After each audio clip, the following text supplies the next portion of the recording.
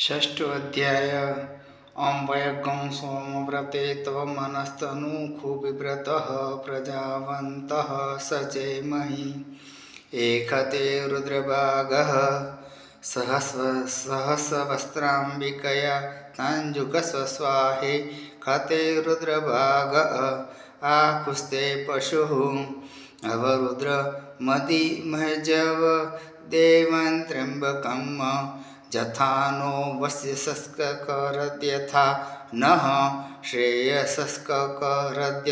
नो व्यवसाययातं भेखजमसि भेखजङ्गवे Thway पुरुखाय भेखजम् सुखममेख्याय मेख्यै त्र्यम्बकं जज्जामहे सुगन्धिं पुष्टिवर्धनम् उर्वारुकमिव बन्धनान् मृत्योर्मुक्षीयमामृतात् त्र्यम्बकं जज्जामहे सुगन्धिं पतिवेदनम् उर्वारुकमिव बन्धनादितो मुक्षीयमामुतः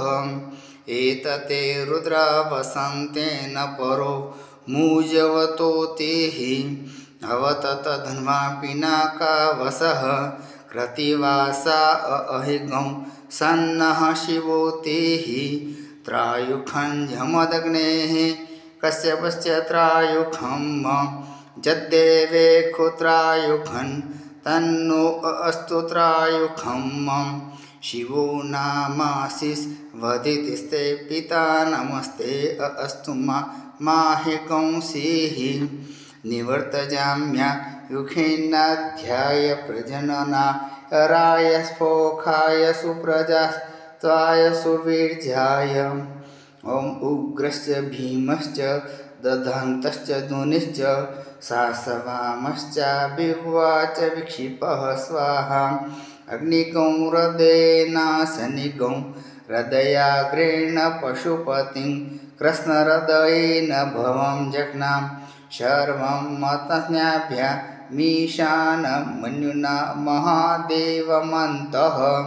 परशव ये नोघ्रन् देवं वनिष्ठुना वसिष्ठहनुः सिंहिनी कोशाभ्याम् उग्रं लोहितेन मित्रगं सौव्रत्येन रुद्रं दौर्वृत्येनेन्द्रं प्रकीडेन मरुतो बलेन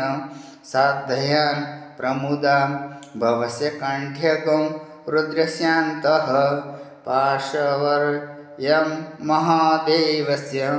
जगत्सर्वस्य वनिष्ठुः पशुपतेः पुरी तत् ॐ स्वस्ति न इन्द्रो वृद्धश्रवाः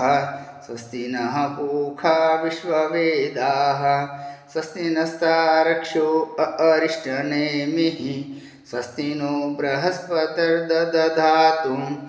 ॐ पयः पृथिव्यां पय ओषधीषु पयो दिव्यान्तरिक्षे पयोधाः भयस्वतीः प्रदिशः सन्तु मह्यम् ॐ विष्णोरराटमसि विष्णोः शन्पत्रेस्थो विष्णोः स्योरसि विष्णुर्ध्रुवोऽसि वैष्णवमसि विष्णवे त्वाम् ॐ अग्निर्देवता वातो देवता सूर्यो देवता चन्द्रमा देवता वसवो देवता रुद्रा देवता दित्या देवता मरुतो देवता विश्वे देवा देवता बृहस्पतिर्देवतेन्द्रो देवता वरुणो देवता ॐ द्योः शान्तिरन्तरिक्षगं शान्तिः पृथिवी शान्तिरापः शान्तिरोषधयः शान्तिः वनस्पतयः शान्तिर्विश्वे देवाः शान्ति ब्रह्म शान्तिः सर्वगं शान्तिः शान्तिरेव शान्तिः सा मा शान्तिरेधि।